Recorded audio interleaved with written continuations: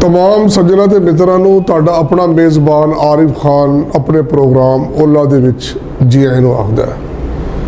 नाज़रीन, जिस तरह के साडे इस प्रोग्राम का अनवान ही ओला है जिहदे विच असी मुख्तलिफ अच्छाइयां और बुराइयां उजागर करने हैं।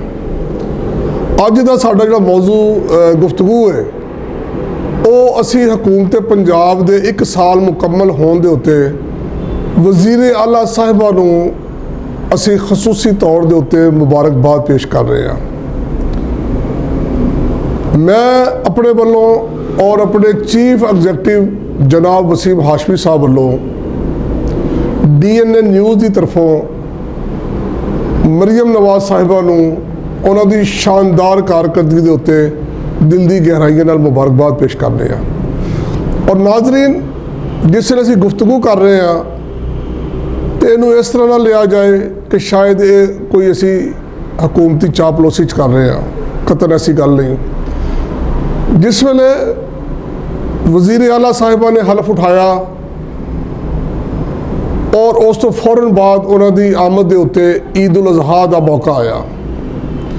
असी इस तो पहले भी असी बहुत सारिया ईदा देखिया, लेकिन वज़ीर आला साहिबा की जिहड़ी गुड गवर्नेंस जिहड़ी नज़र आई वो उन्हों का एक्शन जिहड़ा वो ईद उल अज़हा के मौके पर नज़र आया, जिहदे विच शहरियाने लाहौर ने नहीं बल्कि पूरे पंजाब की आवाम ने देखा कि सफाई के इतने ज़बरदस्त इंतज़ाम सन कि कोई भी अख जिहड़ी है और कोई भी बाशऊर आदमी वज़ीर आला साहिबा के इकदामात की तारीफ किए बगैर नहीं रह सकिया।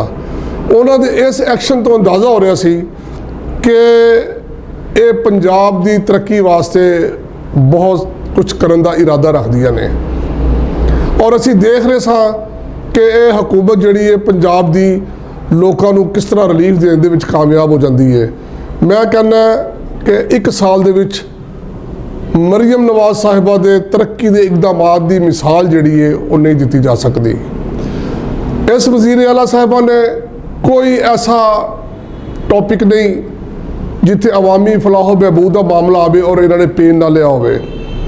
तुसीं देख रहे हो कि बड़े बड़े जिहड़े प्रोजेक्ट ने मनसूबाजात ने वो बन रहे ने, सड़कां जिहड़ियां ने वो तमीर हो रही ने, सीवरेज का निज़ाम वास्ते मैं खुद कई जगह के उत्ते शहर लाहौर च मुतालिया किया, बड़े बड़े पाइप पै रहे ने, खूबसूरत सड़कां बन रही ने। और जनाब इत्थे एक गल होर कहनी पेगी कि मैं दावत देना शहरियां ने लाहौर नूं कि अगर वो सुबह उठन और शहर लाहौर दी मेन सड़कों पर आ जान तो यकीन जानो कि अमला सफाई इतनी मेहनत के नाल सड़कों को चमका रहा होंदा है कि उसकी मिसाल नहीं दी जा सकती। वज़ीर आला के इकदामात विच फ्री सोलर सिस्टम, तलबा नूं लैपटॉप की स्कीम, अपना छत अपना घर और बेशुमार स्टूडेंट वास्ते और आवाम वास्ते कर्जा जात की स्कीम, पंजाब दे विच धी रानी प्रोग्राम, इज्तमाही शादियों का प्रोग्राम, हस्पतालों के विच जदीद सिस्टम आ रहा है और मरीज़ों की सहूलत वास्ते किथे किडनी पेशेंट वास्ते डायलिसिस का जो इंतजाम है वो फ्री कार्ड बनाए जा रहे हैं, किथे बच्चों की हार्ट सर्जरी वास्ते बेहतरीन इंतजाम किए जा रहे हैं। और खबर इस तरह है कि शायद बच्चों की जी हार्ट सर्जरी जो मुस्तफीद होए बच्चे उन्होंने तादाद मेरा ख्याल तकरीबन जी है कोई 1800 कोई 2000 के करीब जी वो दसते हैं। मैं समझना कि 1 साल के जोड़े रिकॉर्ड तोड़ इकदामात ने यह दिल कर रहा है कि वज़ीर आला साहिबा नूं खुले दिल के नाल उन्होंने इकदामात दाद दी जाए। एक खातून होने के नाते जिस तरह उन्होंने एडमिनिस्ट्रेशन चला रहे हैं और हर तरफ तवज्जो कर रहे हैं, तवक्को की जा सकती है खास शोभा लाइफ स्टॉक होवे। और तुसीं पिछे देखिया कि हुणी 30 साल के बाद हॉर्स एंड कैटल शो जो है मुनक्कद कराया गया। मैं समझना कि ऐसे इकदामात के नाल जिहड़ा साडा मुआशी इकदामात भी बेहतरी आएगी। मैडम ने लाइफ स्टॉक के उत्ते बड़ा जोड़ा वो कम कर रही ने। मैं समझना कि कोई शोभाजात ऐसा नहीं, ज़राअत की तरक्की वास्ते काम कर रही ने।